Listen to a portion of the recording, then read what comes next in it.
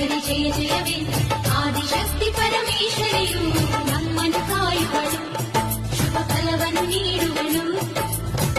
ದಾನವರ ಆರ್ಭಟಕ್ಕೆ ಹೆದರಿದ ಸುರಗಣಕ್ಕೆ ಅಭಯವನ್ನು ನೀಡುತ್ತಾ ಬಂದೇ ಧರೆಗೆ ಒಲಿಯುತ್ತಾ